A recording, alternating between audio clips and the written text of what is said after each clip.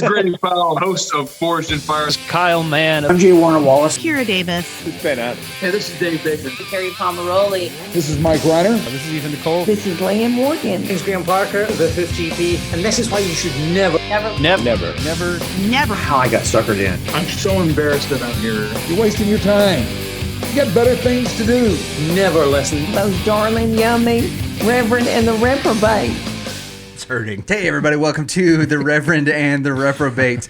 Today on our show Expo, we have the very talented film producer, screenplay writer, and drawer, illustrator, and the creator and illustrator of the Queen Cobra comics. It is the man I have known for 20 years as the Real Deal. It's Fred Keel. What's going on, Fred? Oh, it's going pretty good. Lucas, glad to be on the show. Well, hey, thanks for coming on. Fred, the Real Deal Keel. Yeah, that's the what we Real called Deal him. Fred That's Keel. fantastic. Yeah, the Real Deal. Get it Fred right. Keel. Okay. Yeah. Okay. I'm glad to know It's this. more. Oh, yeah. It's less nickname and more like WWE. Yeah, intro I was about to name. say, it sounds like a That's it. wrestler name. He needs like Queen the Cobra. Real Deal Fred Keel. Queen Yeah. Cobra is great, but what Fred needs is his own line of T-shirts that just says, Yeah. and it doesn't need to be anything special, just in block letters. Yeah. And then that's it. Like I want 4 right now. I'm gonna give 3 away as gifts. Ciolo has Just been give talking me a about you for a shirt long size, and I'll time. make sure I can get you those shirts. Okay. Okay, that'd be awesome. Our mutual friend Ciolo has been talking about him for years. Okay. Yeah. Hey, Keel. Oh yeah, because Ciolo is He, Samoan and he calls says everybody Keel all the time. Yeah. Well, like Polynesian. That's what happens. Like Doug Marcaida, except for I think he's from the Philippines. I don't group races together. Oh man, boy, this went south in a hurry. So, You heard it here, folks. Yeah, we want to get to. Where did you find that old guitar mic? I brought it from you home. brought it from home. Nice. Yeah. To use on not your amp. Yeah. You're gonna mic your pedal board with that. I'm the carrot top of Christian podcasters. Oh, good. Wow. So you're not redheaded and not funny. That's awesome. You've really arrived. And I have one prop. You have one. You brought a single prop. Yeah. So, Let's Fred, just restart. During our show, Fred's already got a sketch going. He's going to be drawing some stuff, so we get a camera on that in the background. Now, actually, if you can see the Reverend and the Reprobate picture that's up on screen. Now, if you're watching on YouTube, you can see that. If you're watching this on Facebook, obviously, if you're listening to the audio-only format, we'll put a link to our website, and we'll have this picture up. This is actually something that Fred drew for our show a couple of months ago, and we wanted to make sure that we featured it on his episode. So we kind of did a quick overview of your career. I want to start by talking about your experience in Christian film. Well, sure. Yeah. So that in and of itself started back in, I want to say back in 2011. I was at this point where I had rededicated my heart to Christ, and I really just wanted to just take part in doing something that I'd never done before. At that time, I did art, animation, graphic design, and a bunch of other things, and just at random, I had a lot of people that were saying, well, why don't you go ahead and see if you can start doing, acting and film? And so I got involved with this one organization called AMTC, Actors, Models, and Talent for Christ. And I did an audition there, and, they called me in for a second audition later on. And I wasn't really able to actually pay for the training that was needed for the... Because I think I was like close to like $5,000 or $10,000 at the time, just to be training for 6 months, and then hopefully I can get, signed to like a booking agent or something like that. And that just was out of my price range. It was something that just didn't seem attainable. So I started trying to see if I could get more involved in sort of like the independent scene that was happening right here in North Texas. Right. So we've talked with Tiffany Vollmer, who I'm sure some of our listeners know was the voice of Bulma from Dragon Ball Z. She's also the president of Women in Film Dallas, and has talked about just how robust the independent film scene in Dallas is. Like, we hear a lot of stuff about Los Angeles, and now recently, I say recently, within like really the past like 10 to 15 years, if you're watching a movie, oftentimes you'll see the Georgia Peach come up, and we got a lot more films that are being filmed in Atlanta. What's the Dallas film scene like? Because like I have no idea. Not Dallas the show. Right? Yeah. I'm not. We know about that. I'm not interested in JR. Like I want to know. I mean, what's the film scene like in Dallas? So it's that kind of interesting you mentioned that. I was actually on the TV show Dallas at one particular point in time. Really? I got to be in JR. Huh? Were you JR? No, I Okay, actually, cool. it was right after Larry Hagman had passed away. And Oh, they wow. They were needing me to do a scene with both Jesse Metcalf, and I also got to do a scene with Patrick Duffy, who plays Bobby Ewing on the show. That's And, pretty cool. yeah. What had happened was that I just I started looking up a couple of different websites called shortfilmtexas.com, and there was another company that did mostly just background extras called Legacy Casting. And I got in touch with this lady. Her name was Robin DeVoe, and she worked on the TV show Dallas. And she said, "I'm actually in need of someone to play someone who is a security guard for a bank." For this one scene that we're going to do, and I need to make sure I can get some sizes from you and make sure you can come in on this day. And anyway, I got to be involved on the TV show Dallas. It was an interesting experience. You see a lot of things that kind of makes you go, wow, I didn't know that this actually happens in the actual film community. But anyway. That's pretty neat. So I know Patrick Duffy best because he was the dad from Step by Step. Like, Yeah. I remember when I was watching TGIF. And that was, Nick at Night. Yeah, that like the Step by Step with him and Suzanne Summers. I remember that definitely caught my attention whenever I was growing up. That like, okay, this is a fun little family. Yeah. It came on with Family Matters and Dinosaurs, where you kind of had all these family centric sitcoms. Was Dad Patrick Duffy anything like Dallas Patrick Duffy? I would say no. I mean, he Okay. definitely had a very likable personality. Yeah. I mean, a lot of times you may have, the big celebrities that usually just wanted to just go directly to their trailer once they yelled cut or they said, okay, we're done for the day. That's what I do. Patrick Duffy would take the time and actually come up and talk to us. Like, I know the scene that I was in with him, I played a construction worker, and you had like 5 or 6 of us all standing around waiting to be called to the set. We were playing around with our phones, and he actually came up to every one of us saying, "I love your outfits, guys. You guys look great in these outfits. I can't wait to work with you guys." That's really Yeah. cool. It's always cool to me to hear stories. Did you say like you got that. it at the Gap? I didn't Tell me say what that, shopping. but no, it was provided to me by the wardrobe department. Yeah, that's pretty cool though. Like those kind of behind the scenes stories, I think are really great, and not something that we hear enough of, because we do Yeah. hear oftentimes like the guy that just goes back to his trailer, or the lady who like she gets done shooting the scene and she's like, okay, I did my part, I'm done. Yeah. But to hear that there are still some good guys in the entertainment industry is kind of fun. Yeah. So you went from acting and then doing some roles in some pretty big shows Yeah. to writing, directing, and actually having a cameo in your own film, Yeah. which was shot in Dallas. Like that seems to me like a nearly impossible endeavor. Oh, for sure. It was challenging, to say the least. Yeah. I was able to touch base with a number of people that were filmmakers, people that worked behind the camera. There was this one lady. Her name was Esmeralda Alvarez, and she was a student at the Dallas Art Institute. Okay. And anyway, I worked with her on a short film that was being filmed there, actually at the actual campus of the Dallas Art Institute. And then shortly thereafter, I was able to just collaborate with her on a few other projects. And I'd said I'd like to be able to write and direct and put together my own feature-length film. It's going to be a faith-based Christian film called Streets of Harvest, and I'd like to collaborate with you on it. There was a lot of back and forth between me and her and this other gentleman that I was friends with. His name was Darius Lamarck Broussard, and we collaborated on the script, did a lot of revising and editing, and we were able to figure out a way to try to see if we can get these locations marked down, and trying to reach out to several people within the North Texas film community to try to actually be a part of this film. There's some people I know that probably either they've moved on and done something else after they did Streets of Harvest, and there's some others that I know that they're still actually acting to this day, and then others I haven't heard of in years. Right. But there was the main key part was making sure that we could hire the 2 main actors that were kind of like a Mel Gibson, Danny Glover type buddy comedy duo. I wanted to make sure we can have kind of like a Lethal Weapon storyline, so I had to hire a gentleman by the name of Joshua Briscoe to be our main detective, and I hired this other guy named Paul Gyrus. He's actually a comedian and lives in California right now.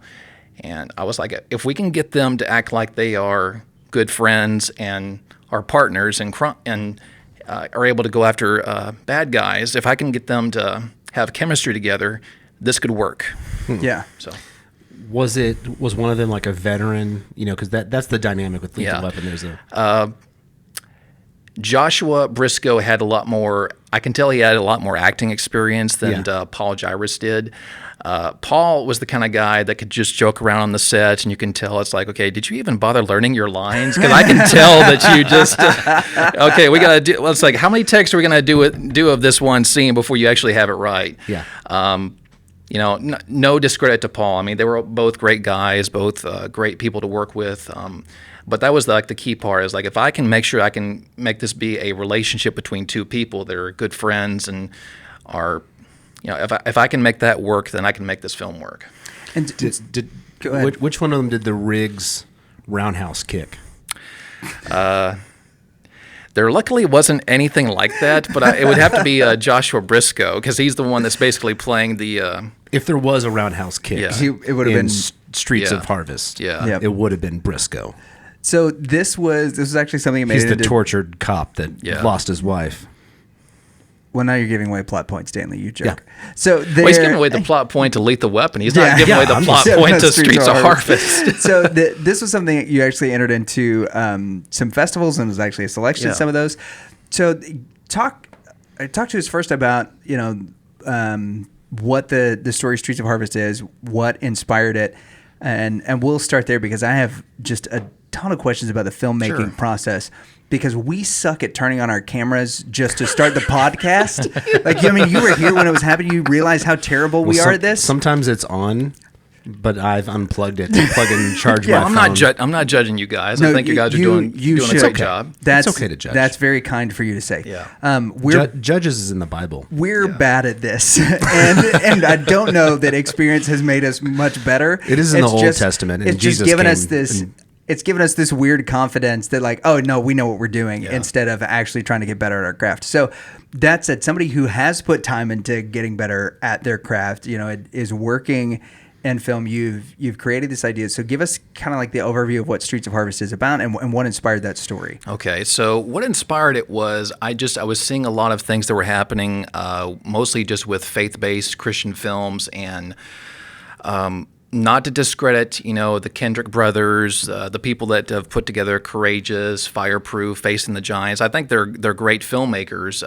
I kind of felt like that was only just a I felt like those were movies that only just applied to a demographic that was just for church members only. Yeah. So I kind of felt like, okay, well, I would like to make a film that could appeal more to people that are actually outside of the church, that probably maybe they've never been to church before, maybe they've never heard the gospel message before. And so I just wanted to make sure I could make a film that could present my message, but also make sure it could have an appeal to those that are actually outside the church. I wanted to make sure I could speak the language of the culture that I wanted to impact, which was just people in general that just don't go to church on Sunday. Okay, so that's the impetus kind of behind it. That's where that came about. The plot is the plot was about basically it was about drug dealers on the streets of Dallas that were going to bring a shipment of drugs into Dallas, Texas, that came directly from, it could have come from anywhere, from Mexico, it could have come from Yugoslavia, it could come from wherever. Slovenia. And Danley really likes if we used Eastern Bloc country names. That's really, that really gets him excited. Yeah. And so anyway, No, Estonia. Estonia. Anyway, the two main detectives are investigating a homicide. Detective Matt Harrison and Joseph Brown, they're investigating a homicide that took place in a Dallas nightclub, and that's when they get word that the reason this murder took place is because there is an actual shipment of drugs from drug dealers that's going to come into the Dallas area, and we need to make sure we can be prepared for it. It seems like a typical sort of, police cop drama, but then all of a sudden you've bring into the picture that the main detective, Matt Harrison, is a devout Christian, and his partner is not. Okay. And you then have the dynamic of just you have one character that has hope that, we're going to catch these bad guys and we're going to be able to actually, bring these people to justice, whereas the other one is just like, okay, well, I don't believe in a God. I don't believe in what the Bible has to say. I think it's all a bunch of mumbo jumbo, and I think you're kind of wasting your time. And so I wanted to make sure I could have it to where it deals more with when things get really bad. Both characters, both the Christian and the non-Christian, are in a position where they have to say, where can we find hope in the midst of these dark circumstances we're going through? Right on. So. And that is not something that is too outside of the realm of possibility not just in Dallas, but in any major city, right? Is that as soon as... I mean, when COVID, What? I actually wrote this and put this together long before COVID hit. This is from 2015. This was around. This was No. I'd filmed this right before the actual police shootings in Dallas were taking place. Yeah. Over the shooting. Let me rephrase. Yeah, please. Go ahead. My Please terrible, give us some explanation. My terrible liner that's probably making. COVID. I mean, COVID. No, like terrible things happening and people facing. Where are we overcoming this? Where do we get our hope from? How do we move on? The idea of where you find hope, I think, is an important Hence theme. COVID. But what I'm talking about is like the idea, and we've talked with some law enforcement agents. We've had like Detective J. Warner Wallace, and one of the things that he's talked about is that like when you start to do an investigation, you have no idea what else you'll discover in the midst of that. And so this idea too that you're investigating a homicide that happens at a nightclub, and now all of a sudden you've uncovered this bigger thing that now has to be dealt with, and how that challenges a person's morality, I think is really fascinating. So was John Wiley Price a Christian in your movie? Unfortunately, no. No. Yeah, he didn't. I didn't think so. So moving on. That's a joke for Dallas. We actually did have the cooperation of both a gentleman who actually is a member of the Dallas Police Department who was involved with the production, and we also did have the cooperation of the Carrollton Police Department because we actually shot in their actual police station. Oh, cool. And what was interesting was that the main officer that was helping us with getting everything put together, he said there's actually a history to the actual building of the Carrollton Police Department. He said right in these corporate offices is exactly where they shot the scenes for Who Shot JR on the TV show Dallas. So they were saying this originally used to be a corporate office before we turned it into a police station. And That's I was pretty like, cool. Do you still have contacts in the Carrollton Police Department? I do. Danley's got a ticket. I want to do no. I want to do a ride along where we wouldn't live stream, but we would do. Yes, we would not live stream. Yeah, I don't think they would be cool with that. Oh my gosh! But I want to do an episode in the backseat of a police cruiser. Okay. You know what? Why don't you? Doing a ride along. I was going to say, stay on the path you're currently on. You can do a full episode from the back of a police cruiser if they don't take Next your phone episode, away. jail. Jail. Danley joins his mom in jail. So what about Walker, Texas Ranger? That's another one in Dallas. Another big show. Oh, this was a long time ago. That was what's your question? Yeah, what is your What question? about Walker? What about Walker? What about him? We both share some laurels in the acting world. I was featured. I wasn't featured, but I was in the background of a Walker, Texas Ranger episode. Nice. Yeah, That's cool. What do you think about? What do I think about that? I think that's pretty cool. You actually had previous experience way before I even came into the picture. Yeah, this is true. So He can roundhouse too. Oh yeah. gosh, There's a lot of editing. we've talked. This is going to be a terrible episode to edit. We've talked with a few filmmakers who have tried different ways to raise funds for film. The guys at Brainy Pixel have pitched their movies, and then they've had some crowdfunding. Our friend David Dietrich with Creator Films has gone and done mostly crowdfunded films and projects, which he's seen a lot of success with, and allows them to do a lot more within the creative sphere as far as like things that they want to do, being able to really curate the film as to what they want. Thor Ramsey, right, was another one, in the way that his film, because he worked with Stephen Baldwin and Wes Halula in the writing and production of the movie Church People, and so they had an initial round of funding, and then they went, when they did their rewrites, to go back and to have to do reshoots and those kind of things. They're all people though that are well connected within film. They have done multiple projects. They've had stuff in theaters, as a guy who has collaborated on his first script, your ambition is really impressive. How do you go and get funding for a film that you're going to shoot in downtown Dallas about, sort of a Christian version of Lethal Weapon in some instances? How do you pitch the idea of doing something that speaks specifically about finding hope in dark places? What's the funding for that? It's a mixture. Fundraising for that, It's a mixture of things. The biggest thing is you want to do crowdfunding via either Kickstarter, GoFundMe, or Indiegogo. I actually was using Indiegogo at the time. Okay. The reason is because I was in a position where I didn't want to set a goal of, like, let's say I wanted to do $10,000, $15,000, $20,000 to, which is actually a very modest budget compared to what I've seen most indie films do. But I wanted to make sure I wanted to choose Indiegogo just because I'd found out, if you don't hit your goal, you can still obtain the money that comes directly from the people that are willing to support the film. Oh, cool. Kickstarter, if you don't hit the goal, it's like, okay, sorry. Mm-hmm. So what happens to the money? Does it just go back? It goes right back to the people that are going to help fund the project. Kickstarter's not like, oh, you didn't hit $5 million. Oh, sorry. Yeah, GoFundMe cancels projects in Canada. Yeah, that's true. They recently did do that. But Indiegogo is one that not only are the Brainy Pixel guys using as they're promoting their new comic books, The Chronicles of Faith, but also our good friend and comic book author and illustrator Doug TenNapel, who's famous for Earthworm Jim, Bigfoot Bill, Ghostopolis. Indiegogo is what he uses for a lot of that stuff. And I want to kind of use, maybe your fundraising as a way to transition into taking a faith-based story from film, right, where you've got something where you have a message that you're trying to get across, like how do you find hope in dark places?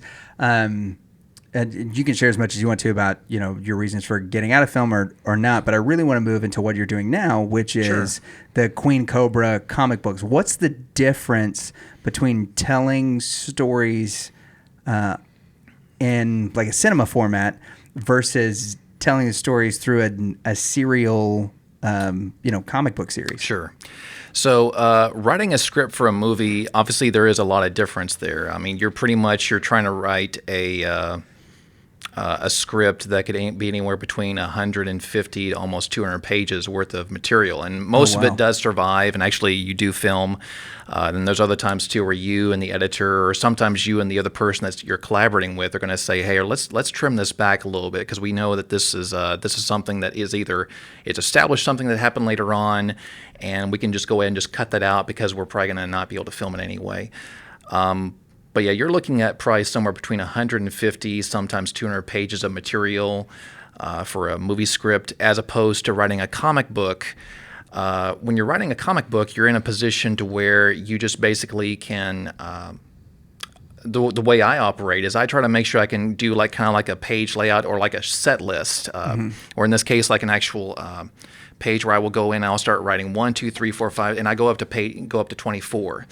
Each comic book is roughly about 24 pages, and what I will do is I'll just establish, okay, I have an idea and a premise in my head of what I want this story to be about. Let me go ahead and see what I can do as far as, like, I want to make sure I can have all this action take place in this one page, and then on this page, and on this page, and on this page, and so on and so forth. And from there, that's when I start saying, okay, well, let me make sure I can figure out exactly how many panels do I want to have and on each page. Do I want to have 3 panels, 4 panels, or do I want to have 10 panels, which I actually did on the very first issue. Oh, wow. I had like 10 or 11 panels, and even there's this one of my good colleagues, McLean McGuire, he even took the time to comment on me. He said, I have never once seen anyone that's actually taken the time to make their first comic book by themselves, and you have almost 11 panels in this one page. He's like, I've never seen anyone do anything like that before. But that's the biggest difference, is that you're pretty much you're going through and 24 pages. I usually will typically keep the panels to no more than maybe 3 or 4 panels per page. Okay. I usually will say, well, I'd like to have this one master shot of the main character, and here's a dialogue scene. Then I may have like maybe a close-up shot, and then maybe like an extreme close-up shot of their eyes. Okay. And I'll usually just go from there. So when you're planning out a page, for instance, right? Yeah. Are you thinking about the aesthetics of it in the same way that you would as a director, as far as like, here's where I want to do the close-up shot. This is where in I a want way, that. yes, I am, because a lot of what I was doing, what I've been doing with comic books is I've been making sure I can like list like certain things, like like the master shot. I want a close-up or a medium close-up or an extreme close-up shot. A lot of that does come from me, from my days of being a film director and saying, well, I want to make sure I can make this as cinematic as I can. But then there's other times too where I usually will say, I need to pull back a little bit and try to make sure I can have everything happen in just this one master, because, I don't want to spend all day drawing something that's going to take, several hours. I want to make sure I can, do this one page and then move on to the next one, because I have a deadline I have to meet. So, a lot of times I may have a master shot and it will have like, multiple characters talking all at once, or you may have like one character talking over here on this part and then the other character's talking over here. And it's like I try to have a lot of stuff happening in that one panel, so that way I can make sure it's a lot easier for me to tell the rest of the story in the other panels. Okay, that makes sense. Like if you make one, not to use a word that may be inappropriate, but if you make one a little busy, then it allows you then to pull back to zoom in and to make each thing a little bit more interesting as you go through. Is busy not appropriate? Well, it's just sometimes when people use the word, when you would use the word busy, like if we were writing a song for musicians, right? Yeah. And somebody's like, oh, that part seems a little bit busy. What that means is stop doing what you're doing, stop doing what you're doing, and just play the part. Sounds messy. Right? Yeah, that it's not well. Actually, in the thesaurus in this case, it would say messy. Yeah, there you go. See messy. See messy. Picture of Danley. Yeah. Something else I wanted to include as well is that in film, a lot of times, you may see like, if characters are talking amongst each other, you may have a close up on Lucas and then a close up on you, and a lot of times you may see movies and television shows where they just switch back and forth. The thing is that a lot of times if you do that, especially when it happens for like several minutes on end, it gets very boring, because it just feels like you're just looking at two talking heads there, and it's just flip-flopping back and forth. And so what you want to do is sometimes maybe have like maybe a master shot of the two characters. Sometimes you may want to have a circumstance where you may want to film from a different angle, like an over-the-shoulder of Lucas or an over-the-shoulder of you. And so it's different with film, because you want to make sure you can keep it as interesting as you can, because you don't want to lose your audience and have them sitting there going, maybe that's why nobody watches our YouTube channel, is because we're boring. There's too many cuts back and forth. If that's the case, if you think our YouTube channel is boring, why don't you like and subscribe so that we'll listen to what you have to say? We need to find some sharks with freaking laser beams attached to their heads. So we talked a little bit. Go ahead. Story on that. It just jogged my memory. About sharks with laser beams on their heads? Yeah, oh my gosh. from Austin Powers. I'm familiar. So what's the actor's name? Mike Myers? Mike Myers wanted sharks with freaking laser beams, right? Or sharks with laser beams. Yeah. But they couldn't fulfill it with the budget that they had. So they asked the prop master, what can we, what do we have? And he said, sea bass. So they rolled with it.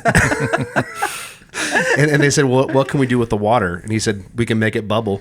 And that's what they did. So working within a tight budget, I just find that very funny. Yeah, do what you can do. Okay, so we've touched a little bit on the way that you tell the story through the panels. What's it like as a comic book writer, right, to tell a story from a Christian worldview, and how does that in particular, like how does your Christian worldview influence how you write the story and how a story flows? Well, it does affect it very tremendously, mostly just because I looked at this and said, this has to be something that is very personable, and is something I would really want to touch on.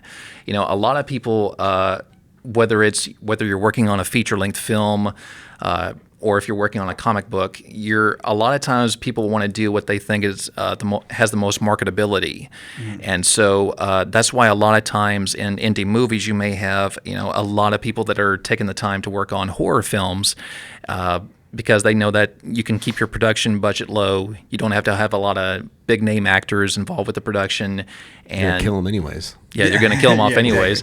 But it's the same thing with comic books. A lot of people just want to make sure they can do the same thing with comic books and say, okay, well, let's see if we can do a little more marketability here.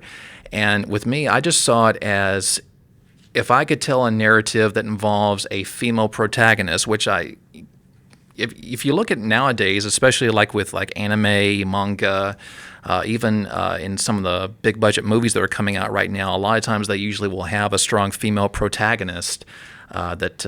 If you don't, they complain about it all day. Yeah. But I thought, okay, if I can have a female protagonist and having her having her whole world turned upside down, then I probably have something here. It's a little different from what everybody else is doing. But I wanted to base her off of the characters of Witchblade and a lot of other female protagonist characters I was seeing that was taking place, that was coming out throughout the early to mid-'90s. Okay. And what I wanted to do was just have it to where I said, okay, I'm going to have her to where she does come from a Southern Baptist background. She's originally from, her family's originally Armenian, and she was raised. Very cool. Yeah, she comes from the Episcopal Church, but when her mother decides that she wants to marry a gentleman from Dallas, Texas, she decides to convert to the Southern Baptist Church. And there's a circumstance that occurs in which she really wants to become involved with becoming an archaeologist. She wants to become almost like the next Indiana Jones almost. And she has this individual come and approach her while she is at the end of her one of her college classes and says, hey, we're about to go take an expedition to the lost city of Pergamon, which at the time used to be a thriving city of the Roman Empire back during the first century of the church. And we're going to look for what's supposed to be called a healing temple that was used by the Asclepians that's underneath the foundation of where the great altar of Zeus once stood. And she looks at that going, okay, that'd be a great idea. I'd like to be a part of that. Sounds awesome. Yeah, it does. And you get a lot of stuff happening there, right? Yeah. It's very... you're not just touching on like one particular mythos. There's a lot that's going on right there. So that's very cool.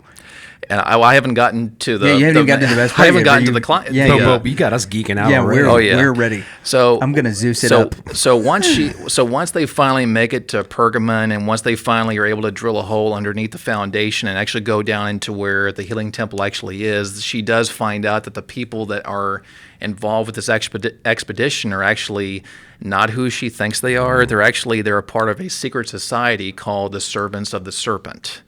And what they do is they're actually dedicated worshipers of Asclepios, the god of healing. Okay. And what they wanted to do was they wanted to offer her as a human sacrifice to Asclepios, and hoping that they could actually use this book of spells to help bring her back to life.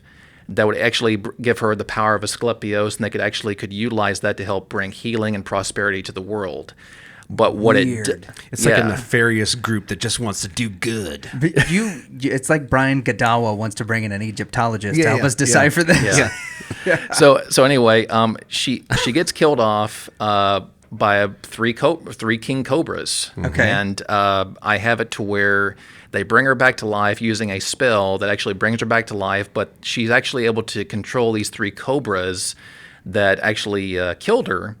And she's able to utilize them to basically, go after bad guys and do whatever she wants to do. But she becomes so filled with revenge and anxiety and depression that she actually wants to take revenge on the main antagonist, Randall White, who actually is one of the main people in charge of the Servants of the Serpent. Okay. And what I did was I wanted to make sure I could have it to where when she can start to see how her powers are growing and seeing exactly what she's become, she does get into a point where she's like, instead of Spider-Man, where he thinks, wow, I can, I have all these magical powers and I can do all these great and wonderful things, she actually falls into depression and is like, where is God in the midst of all this? Why did he allow this to happen to me? And why is all this going on? Anyway, I don't want to give too much away, but that's basically kind of like a little bit of a summary of what happens in the first issue. And so you've got issues 1 to, you said 4? Yeah, and I'm going to work on issue 5 later this year. Okay, and then you just released though issue 0. Yes. Right. So what is and that's what's in front of us with some of the variant art, and I love it. I think we got a fairly good shot where you can see some of the variant art. Yeah, it looks fantastic. It really does. It's very cool. It's very clean, which I like, and it seems that style really fits the character well. Yeah. You know, and one of the things I love about having followed your career quite a bit from, you know, film and until now, we've been friends for probably close to the last 20 years, whether we're close or at least around each other and, you know, kind of watching each other's careers. This is something I really find just very cool. And you can see on the covers just some of the art influences that you had. I mean, there's one that looks nearly like, you know, if Queen Cobra was Scarface, right? And so, like, some of this is very neat and hits on a lot of different fandoms. Creating a character, especially a female protagonist, seems like an incredible challenge, right? How did you approach that particular challenge? What was it like to create a female protagonist and to give her own voice and struggles and that kind of thing? Well, it was difficult at times because there were times in which I'd have to go back and think, okay, is this actually something an actual lady would actually say out loud? Is this something that would be going through? But the other thing, too, is a funny thought. I mean, it really is, right? Yeah. Did you have to ask, like, your mom or girlfriends and say, hey, is this something that she might actually be thinking? Because I will tell you, I do not know what my wife is thinking ever. Like, what do you want for dinner? And she's like, and I'm looking at her and I'm like, you don't want pizza. Yeah. just fix whatever. I don't care. Reading their That's face. exactly right. Yeah. I mean, Pizza. It's Queen Cobra's basic, like, she's like, I don't know. I don't care. You pick. The anxiety and depression characteristics of the main character came directly from a lot, and I don't want to mention anyone's name, but it did come from a lot of young ladies that I was dating at the time. Over time, not like it all at once or anything like that. But no, there was this one individual, and I'm not going to mention her by name, but you could tell that she suffered from bipolar depression, and she was constantly filled with anxiety. And you could tell that at times it did seem like she was schizophrenic. You could tell that, you know, there were times in which she would confide in me and say that, you know, I could tell her I love her, and I feel like there's nobody else that could fill my heart more than she could. And she would confide in me and tell me, she's like, I feel I understand what you're telling me, but I do feel at times like there's this voice inside my head that's telling me he doesn't love me, he doesn't care about me, he's going to cheat on me, he's going to do this. And you could just tell that, like, it's like, okay, this is going to be a very challenging relationship. Sure. This is interesting, 3 men talking about women, but a lot of them do, you know, I can say from my life, but I mean, a lot of them do struggle with, you know, I'm not enough. You know, that's definitely a big one. That's really cool that you wrote that into the, you know, it sounds like a well thought out and implemented character that has relatable issues that women deal with. So what has your female audience thought about the character, and is she true to life, or do they say, hey, you know what, this is certainly a man writing a female character? There have been maybe one out of a couple of young women who've said, I can tell you're a guy that has that's writing this as opposed to a lady that's writing this. But there have been other times too where I've had some young ladies who have taken the time to come up to me and said, yeah, I actually took the time to read your first couple of issues, and I can tell that, you know, you put a lot of thought and a lot of effort into putting together not just a compelling story, but it actually touched me in a very personal way, because I've actually suffered from anxiety and depression and feeling as though I didn't really feel like I was going through something personally, and I was like, where is God in the midst of all this? And that I kind of felt like there was somebody out there that was speaking my language who actually is of the opposite sex. Yeah. So anyway, it's been good. You may have like maybe 1 or 2 people that have said, yeah, I can tell you're a guy that wrote this, and but everybody else has been giving me some very positive. If you're a good storyteller, you can connect with your characters. And there's so many things that are not specific to the way that a male or a female processes them, but are specific to the human condition. right? Like the reasons we deal with depression might be different, but the ups and downs we go through as we deal with depression are very similar. The questions that we ask ourselves are not unique in the sense that we want to know, where is God in all this? We want to know, where can we find hope when we are, struggling with whether it's the ability to control cobras, or figuring out what's the next step for me, in my talents, my skill set. What am I supposed to do? I know that I went through that struggle. Looking at me. Well, you're right across from me, but I know that I went through that struggle when I went from playing music to moving into the mission field of what parts of my identity am I giving up by doing this and moving in this direction, and that the ebb and flow of that, and the really, in some ways, the loss of it was a very real thing, because you do have that struggle. And I know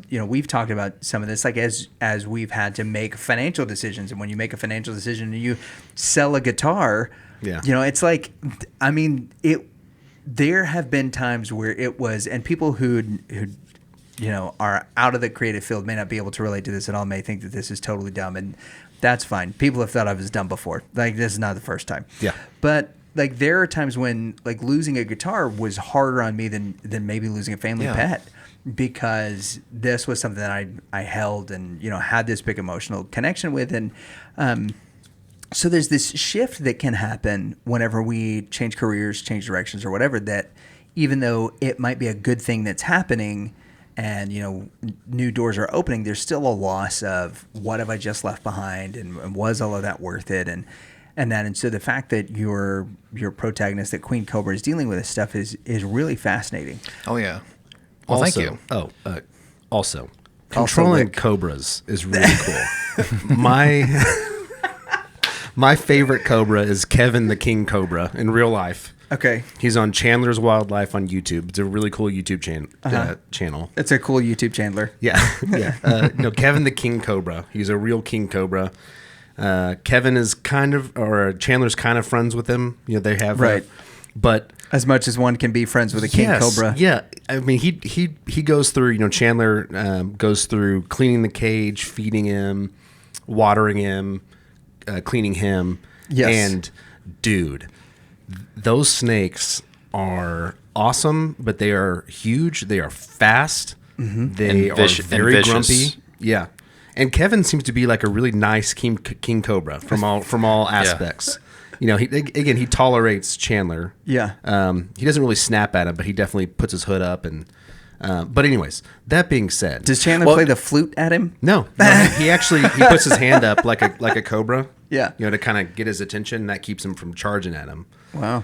But then he picks him up, puts him in a trash can full of water, and he puts a lid on it, and then he goes and does his thing? Picks the poo-poos out of his cage. So eloquently spoken. I was gonna say too. I'm sorry to interrupt you. I was gonna say too that I've actually seen that exact same YouTube channel you're mentioning, and it does seem as though Kevin seems to be like the most nicest and the most friendliest King Cobra out of the others that he has to manhandle, and it's like, oh my gosh, I would not want to have a job like that. They're huge. So that being said, what kind of hijinks do these three Cobras get into? She's got 3 of them. Okay. Yeah, is it like, do they have different personalities? Like if because there's another lady like who one Drago, and he's big. I was gonna say there's another woman in vogue right now who controls a bunch of giant reptiles.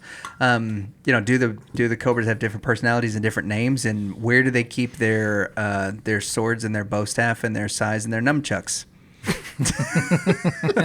There are 3 different Cobras, and yes, they do have 3 different personalities. And actually, I named them based after each one of the Greek and Roman gods, such as Apollo, Athena. The third Great one, names.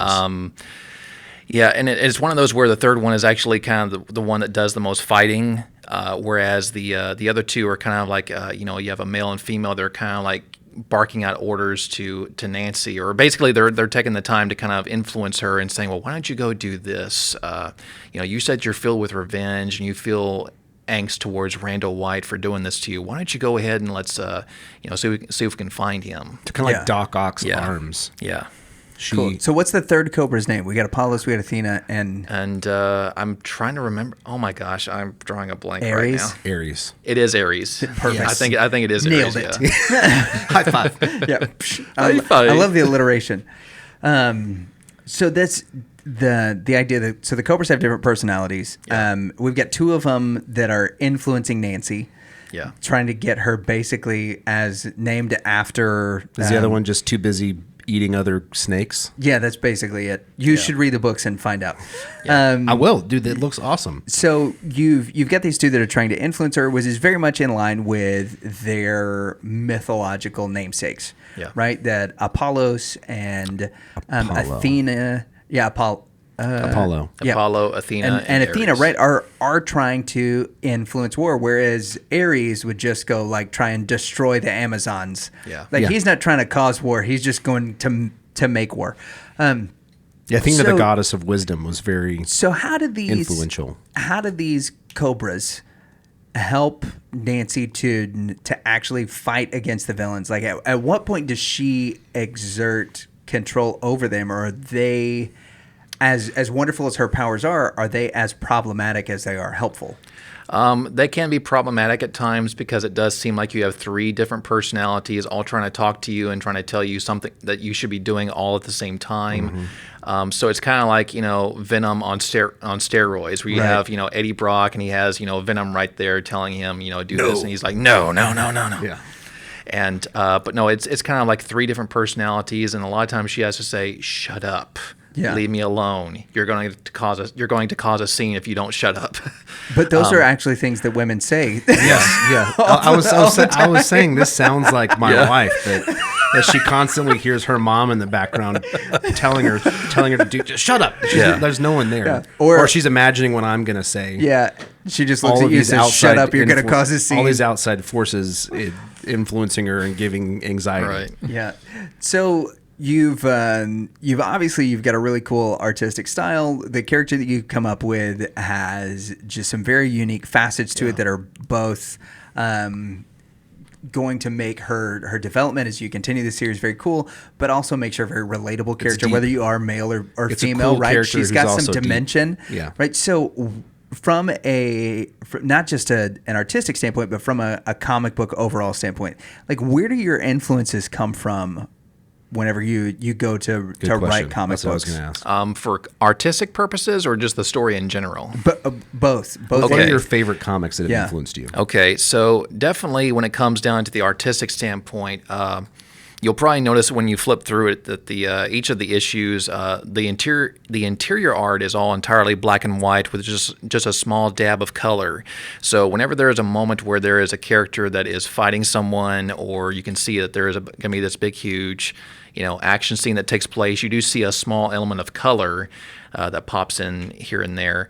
That does come directly from James O'Barr. He's the creator of The Crow, Okay. which actually influenced the actual feature film that Brandon Lee was in back in the day. He was my main inspiration for it.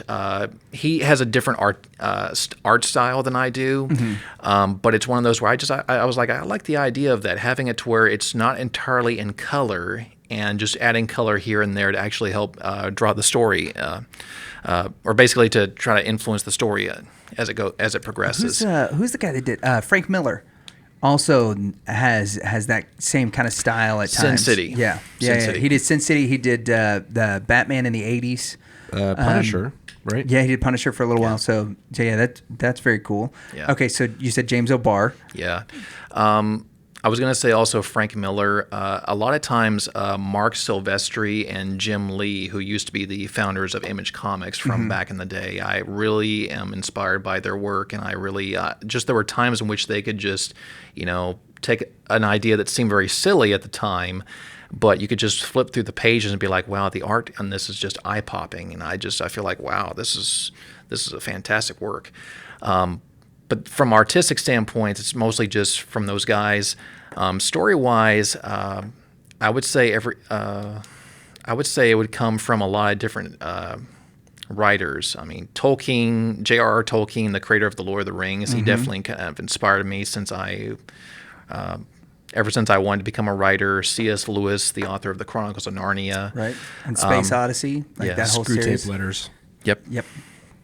That's dark. Mm-hmm. Yeah, and I also would also say Ted Dekker. I'm not sure if you're familiar with him. I am very familiar with Ted Dekker. There had been some times where he would write material that you could look at and say, "Wow, this is really edgy," but I can look at this from a Christian perspective and say, "Wow, this actually is very thought-provoking." Mm-hmm. So, I dig some of Ted Decker's stuff. He's a fascinating study on like where, like you're saying, very edgy. Kind of where's the line of, between, and we've talked with several people about what is quote unquote Christian art. Yeah. Right. And what it really is just the art that is coming from your emotion and your expression, but steeped in Christian worldview and biblical philosophy and those kind of things. And Dekker does a great job of being both very honest with the way that he writes, but also pushing that edge to where, if your mom was reading it, she's like, "Oh my gosh, there's too much blood in this, Ted." And I think that's very cool that, you get those influences. Like I think we should watch Seventh Heaven next. Yeah.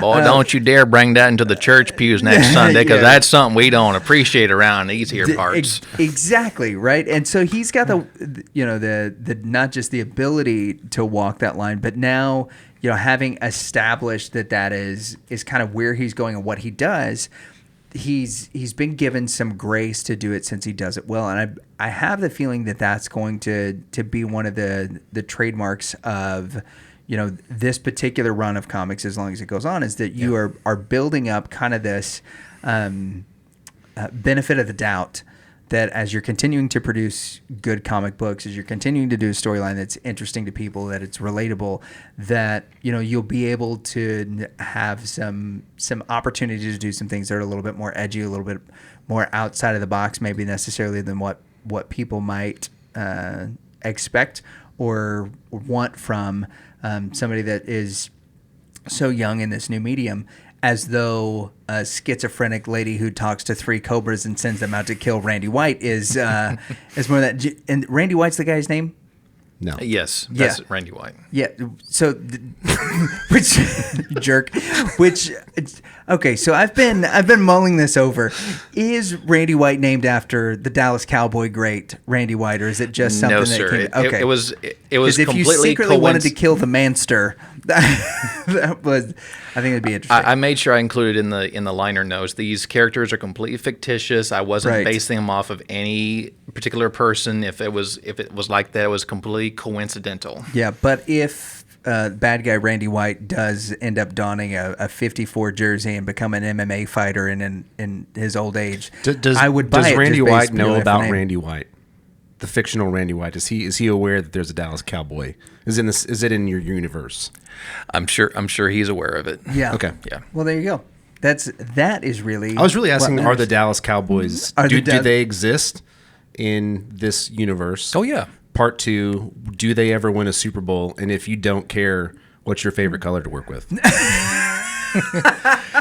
They do fit into the same universe because I do have a percentage of the story that does take place in Dallas, Texas. So yeah, I do have it in the same universe. So of course the Dallas Cowboys would be, or I didn't write into the story as to whether or not they actually win a Super Bowl. you I should, mean, you that's should, kind you of should throw them a bone. This is realistic fiction. This isn't pure fantasy. It is much more likely that a woman is able to control Cobras than the Cowboys make it back to the Super Bowl.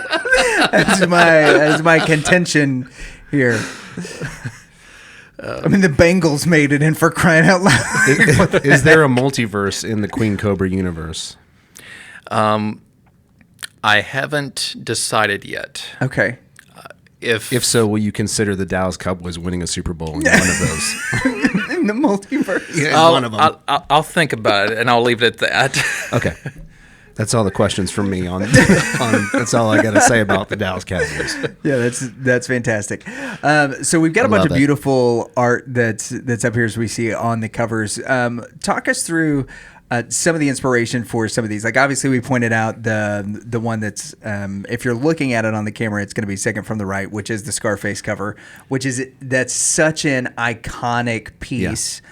right? That's an easy one to pick out. What's the inspiration for a couple of these others? And which one's your favorite one? Yeah, there we go. Probably my favorite one is the one that's the most intricate, which is the one right behind it, which is issue number 4. Okay. That's this cover right here. The reason for that is because there just was a lot that went into it. Trying to draw 3 separate characters and having them interact with one another on the front cover. It's so that was the one that I designed that actually I'm the most proud of. The one that I actually did not design that I'm actually the more proud of is this cover right here, which was designed by Andrew Mangum. Okay, so talk to us about Andrew Mangum and what's it like turning over your creative control. Basically your baby over to somebody else and say, here, you draw this Queen Cobra, and if anybody says it's better than mine, I'm gonna burn all of them. Like what's? Well, it is better than mine, but at the same time, the interesting thing about that was that I gave Andrew Mangum complete freedom to draw this. I did say too. I said, listen, okay, my readers are gonna want to make sure that this is very. I want to keep this PG-13. Right. So look, make sure. Don't spawn this out, okay? Yeah, don't spawn it out. Be too hot. He did show me the original pencil work, and God bless him. But at the same time, he did show me the original pencil work, and he actually had it to where her breasts were exposed. And I just said, no, please cover those up. I mean, I'm no I'm spaghetti not, straps. Yeah, and I said I'm not discrediting your work. Yeah. But I'm like, my readers are going to be very pissed off at me if I don't get those covered up. Christian homeschool prom. Well, not quite. I mean, her navel's showing. Yeah, that's so true. This is like, that's true. And her G-string is showing too. So if that would definitely get covered up by a mom. Oh yeah, no doubt. She would have had if that girl showed up to youth camp, she's getting a beach towel thrown over her immediately. Both Mrs. Pinkards are not going to like that. That's exactly. She's gonna disappear into the girls' cabin, and she's gonna come out wearing a muumuu and just being complete. She's a full-on frock. Hey, real quick, let's talk about Spawn because I've got some beef with Todd McFarlane. Okay, Spawn is such a cool character. All right. I think the art is fantastic. Mm-hmm. The character's cool. The universe is cool. What do you think about? He's talked about making another feature-length movie, which I don't know if you've heard of that. Oh, I've been hearing about that for years. Okay, yeah, he's talked about it for a long time. Yeah, but he wants it to be a horror movie which fits Spawn. It does, but he's such a cool character. I keep, I've watched the HBO, the cartoon series from the 90s or something. Mm-hmm. I keep waiting for Spawn to be this great action hero. There was a video game that I played on, I don't know, Sega and Super Nintendo 64 or something. I don't know. But there's not enough action. There's so much of the horror where he's a hell Spawn. He's from hell. I get that, but that's good for you to understand. Yeah.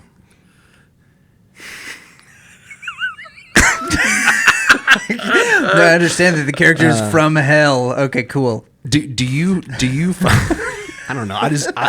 Look, I've cornered us into talking about Spawn just for no reason. Do you agree with me? Never mind. Yeah. No. Tell me what's your question? There's not a question. It's going to be. Do you agree with me that you want more action out of Spawn? I would definitely want to see a lot more action out of Spawn. Thank you. A lot more than what we got out of the PG-13 live action adaptation. Yeah. A lot more. Because again, I get the horror angle that he's a rotting corpse brought back from hell, but he's got this cool cape, cool costume. He's got AR-15s and he just sits in a hall. He sits in a what's it called? You want less clown John Leguizamo and more Spawn doing awesome stuff. What character would you cast John Leguizamo as in Queen Cobra? What character would I give him? Yeah. He probably would make a pretty good Randall White. I think so too. Yeah. And have you I seen was the going to say Pinocchio best trailer? boy grip, like get him off the set. Don't let John Leguizamo ruin the Queen Cobra film. What was your other question? Have you seen the Pinocchio trailer? Have I seen the Pinocchio What, trailer? is John Leguizamo like Geppetto in it? No, but it looks terrible. Okay. I haven't seen it, and if it's really terrible, then I'm glad I haven't missed anything yet. I'll show you. I'll send it to you. All right. Well, We've moved into Fred, we controlled really rowdiness. appreciated the time that you've given Sure. us tonight. We end all of our interviews with a segment called Control Rowdiness. Now, these are just rapid fire questions that you can answer as briefly or as at length if you want to. There are no right answers, but there are several wrong ones, so you got to be careful you don't step on any of those landmines. And Danley, as though you haven't been just trying to I've already completely started. derail, why don't you start us off? Being that Nancy is from Armenia, what does she think about System of a Down? System of a Down. I would Which is consider also from Armenia. They're also Armenians for context. I imagine she would be proud of the fact that we have Armenians in the music industry. Whether or not she actually really enjoys listening to System of a Down is another question. She may sit there and say, well, I like some of their music, but I'm not really a huge fan of System of a Down. Dude, you nailed it. That's exactly what she thinks. For sure. That's what my wife thinks too. Yeah. It's like, I'm glad that they're different and, their music's different. It's not quite my style, but that's cool that you like them, and I'm glad. If you want to grab a bunch and put on a little makeup, is that why you're so fascinated with wanting to have makeovers? Is because you're such a System of a Down fan? You want to grab a brush and put on a little makeup? Is that where all this stems from? Okay, yeah. Well, it's. I do. I also want to have an episode where I get my makeup done while interviewing somebody. Yeah. So, Queen I've Cobra. gotten shot down so many times. Queen Cobra is your first comic book character that you've had this run with. Yeah. What if you could create another, or rather, if you could take over a current comic book character, who would you take over? Ooh, that's a tough one. Thank you. And why is it Batman? It wouldn't be Batman. It would be Robin. Okay. I would take over. Which Robin? The current one. I don't know if is it Dick Grayson or is it? Well, I guess it depends. But there's his son. There's Wayne, Damian Wayne. Okay. Because isn't he the one that's now appearing as bisexual? Yeah. Yep. Okay. I would definitely revamp that character. Not to say that I hate. I'm not against the LGBT community, but I just would go back and just rewrite the story and try to figure out a way to try to just do a little more better storytelling than what they're currently doing with that character right now. I would agree. I've been a huge fan of the Urban Legend series, and that part of the storyline seems more forced than genuine, especially because in a lot of those storylines, like he's the one that's supposed to end up with Oracle.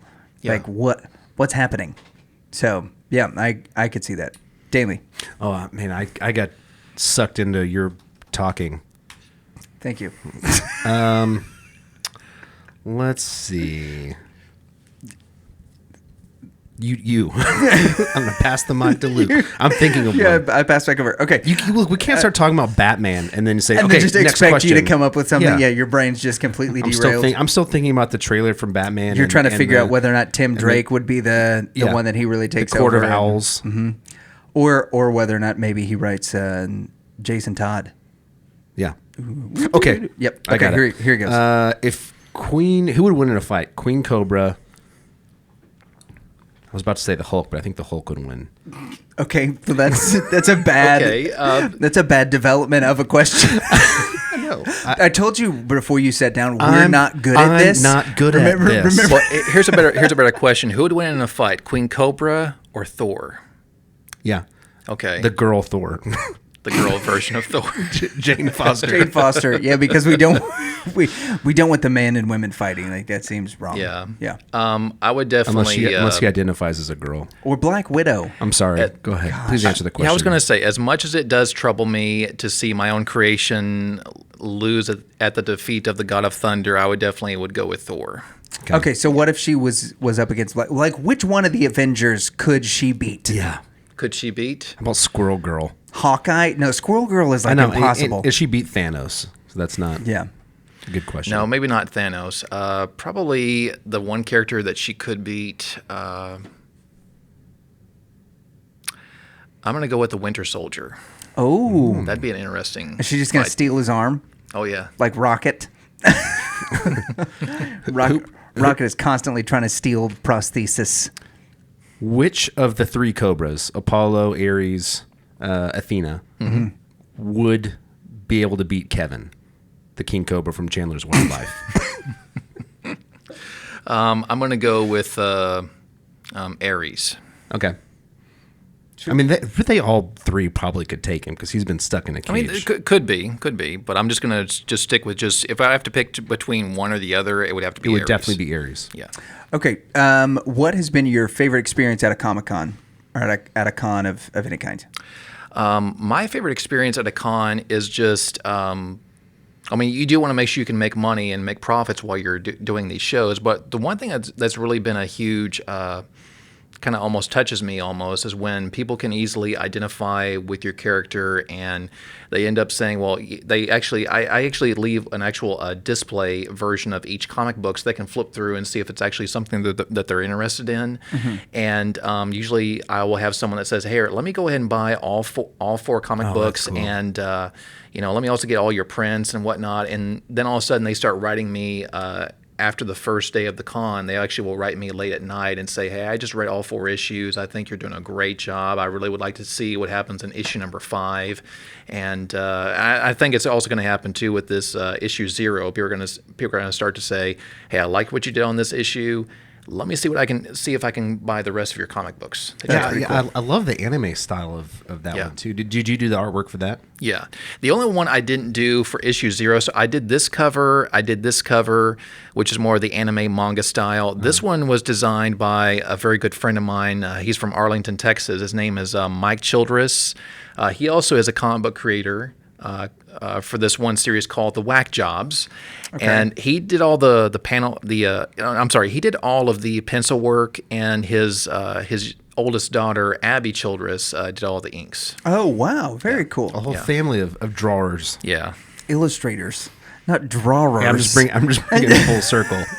Get it right. A whole family of drawers. Drawings. And it's just a reference to SNL. Yeah, but just to confirm, I did these 2 covers, and then Mike Childress and his daughter did this cover. That is very cool. Yeah. Okay, so your favorite memory as a con is getting, those, knowing that you've impacted and you've touched somebody with the comic books. What's next? Like, outside of issue 5, obviously you're staying with the Queen Cobra stuff. What is next for the Real Deal Fred Keel? Well, the Real Deal Fred Keel is right now just trying to get mixed up into as many cons as he can this year. I know that the Omicron variant has definitely put a lot of things on hold at the moment. Oh, yeah. But I do know that I do have like a couple of in-store signings and a couple of conventions lined up for both March and April, and even into all the way up into August. So I'm trying to get as many cons as I can there. But what I'm also trying to do is I'm trying to make sure that I can aside from Queen Cobra, maybe do another comic book series. I really have an idea for another premise for a different storyline that I may intertwine into the Queen Cobra series, but it'll also stand alone as its own separate series. Right on.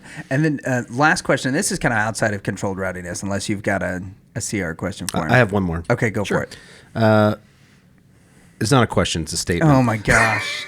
Unbelievable. You did a great job capturing my likeness, where I completely close my eyes when I'm laughing on the background? Yes, Yeah. on our background. Yeah. I just got to say, great job. Yeah. Well, thank you. My question is, you made me look really good. Yeah, thank you. No, it's not. It's accurate. Yeah, it is. Because my eyes are always nearly shut. Yes. Yeah. As I've seen in every picture. I'm gonna stop there. Okay. So Controlled Rowdiness. Well, I will say this. I was trying the best I could. I was like watching the podcast of some previous episodes, and I was going through. I'm like, I got to find some pictures of both of you guys, and I got to where I was like, the only thing I can find a really good picture of Lucas, but I was like, the only ones I could find of you was you just going. Yeah, exactly. That's what I'm saying. I think it's true to form. Yep. Okay. So I want to ask this last question as we wrap up and kind of get to where we can tell our audience a little bit about where they can find you. Independent publishing. Okay. Are you fronting the cost for all of these books, for all of these things to be printed, for the inventory of all of it, or are you working with a publisher that's helping out with it? Like, how does that part work? It's actually all done by me. I'm the one that's making sure I can keep inventory of everything, and I'm actually sending them off to an actual not a publisher, but an actual printing company called Greco Printing.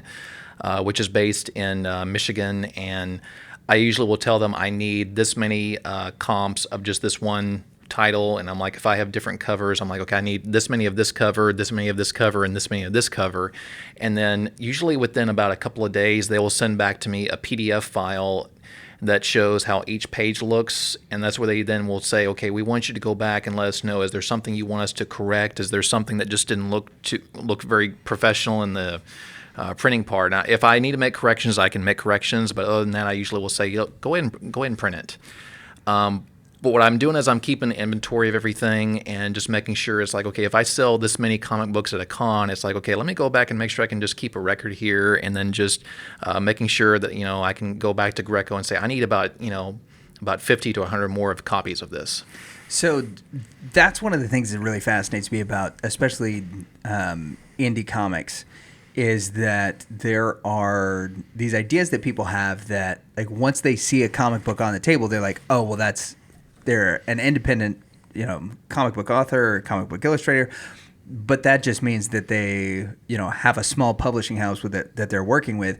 Like, you are doing everything in this, which also means that any of our listeners who want to check out the Queen Cobra series, any of the comic books that they buy, all that goes back into supporting you, supporting the art that you're doing, potentially this other new project and premise that you've got going on, and making sure that you can continue to have the financial means in order to continue to create really cool stuff for us to check out. So where is it that our listeners, or the people that are watching on YouTube, where is it that they can find the Queen Cobra comics, and how can they get their hands on them? So you can definitely check them out at, I would say definitely check out my Facebook and Instagram pages. I usually will keep some links there to actually help people understand exactly where they can go to.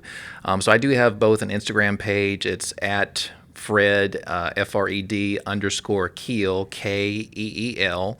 And I do have an actual, an Instagram marketplace, or basically an actual shop that actually has all 4 issues available for purchase. Very cool.